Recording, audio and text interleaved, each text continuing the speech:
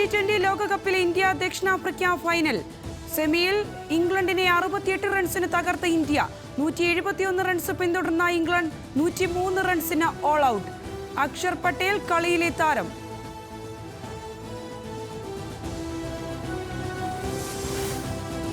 സെമിയിലും മുന്നിൽ നിന്ന് നയിച്ച ക്യാപ്റ്റൻ രോഹിത് ശർമ്മ 39 പന്തിൽ നേടിയത് 57 റൺസ്. ലോകകപ്പ് നോക്കൌട്ടിൽ ഇന്ത്യൻ നായകന്റെ ഏറ്റവും ഉയർന്ന സ്കോർ. ക്യാപ്റ്റൻ എന്ന നിലയിൽ 5000 റൺസ് പിന്നിട്ട രോഹിത് ബൗണ്ടറികളിലും റെക്കോർഡിട്ട ഇന്ത്യൻ നായകൻ.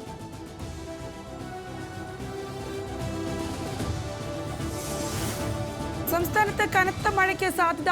എറണാകുളം മുതൽ കാസർഗോഡ് വരെ 9 ജില്ലകളിൽ യെല്ലോ അലർട്ട്. കോട്ടയത്ത് ഇന്ന് പ്രൊഫഷണൽ കോളേജുകൾ ഉൾപ്പെടെയുള്ളവയ്ക്ക് അവധി. ആലപ്പുഴയിൽ ചേർത്തല, കുട്ടനാട്, അമ്പലപ്പുഴ, ചെങ്ങന്നൂർ താലൂക്കുകളിലും അവധി പ്രഖ്യാപിച്ചു. ദുരിതാശ്വാസ ക്യാമ്പുകൾ പ്രവർത്തിക്കുന്ന ഇടങ്ങളിലെ വിദ്യാഭ്യാസ സ്ഥാപനങ്ങൾക്കും അവധി.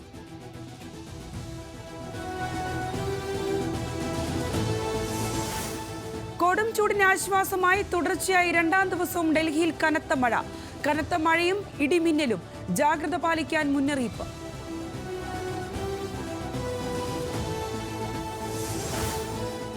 നീറ്റ് വിഷയം പാർലമെന്റ് ഉയർത്താൻ ഇന്ത്യ മുന്നണി. ലോക്സഭയിലും രാജ്യസഭയിലും അടിയന്തര പ്രമേയ നോട്ടീസ് നൽകും. തീരുമാനം ഇന്നലെ ഖർഗെയുടെ വസതിയിൽ ചേർന്ന യോഗത്തിൽ. തിങ്കളാഴ്ച പാർലമെന്റിലെ ഗാന്ധി പ്രതിമയ്ക്ക് മുന്നിൽ പ്രതിഷേധം സംഘടിപ്പിക്കും.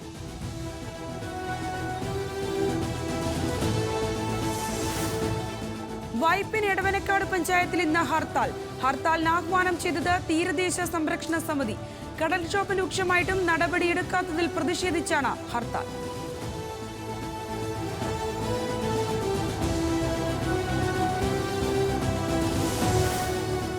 ലക്ഷദ്വീപിലെ മുഴുവൻ പണ്ടാരഭൂമിയും പിടിച്ചെടുക്കുവാൻ ഉത്തരവ്. പണ്ടാരഭൂമി സർക്കാരിന്റേതാണെന്ന് ഭരണകൂടം. ഭൂമി ഏറ്റെടുക്കുമ്പോൾ നഷ്ടപരിഹാരം നൽകില്ലെന്നും ഉത്തരവിൽ പറയുന്നു.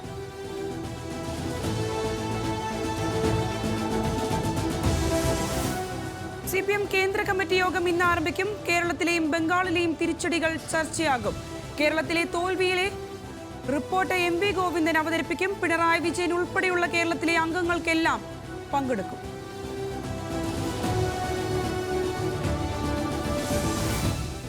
കാസർഗോഡ് ഹണി ട്രാപ്പ് കേസിൽ ശ്രുതി ചന്ദ്രശേഖരനെതിരെ കേസെടുത്ത ബാലാവകാശ കമ്മീഷൻ. തട്ടിപ്പിന് മക്കളെയും ഉപയോഗിച്ചതിൽ ജില്ലാ പോലീസ് മേധാവിയോട് റിപ്പോർട്ട് തേടി.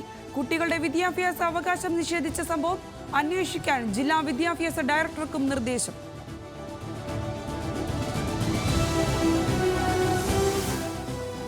ഗാസയിൽ വ്യോമാക്രമണം തുടർന്ന് ഇസ്രയേൽ. ഷെജായിൽ 7 പേർ കൊല്ലപ്പെട്ടു. മുന്നേറ്റം തുടർന്ന ഇസ്രയേൽ സേന. ഗാസയുടെ സമീപ പ്രദേശങ്ങളിൽ നിന്ന് തെക്കൻ മേഖലയിലേക്ക് നീങ്ങുവാൻ ജനങ്ങൾക്ക് നിർദ്ദേശം.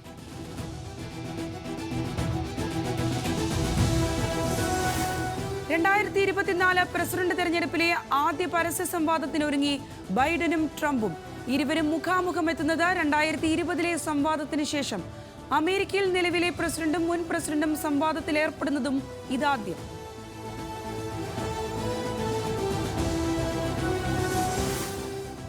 ഇറാന്റെ 14ാമത് പ്രസിഡന്റ് തെരഞ്ഞെടുപ്പ് ഇന്ന്.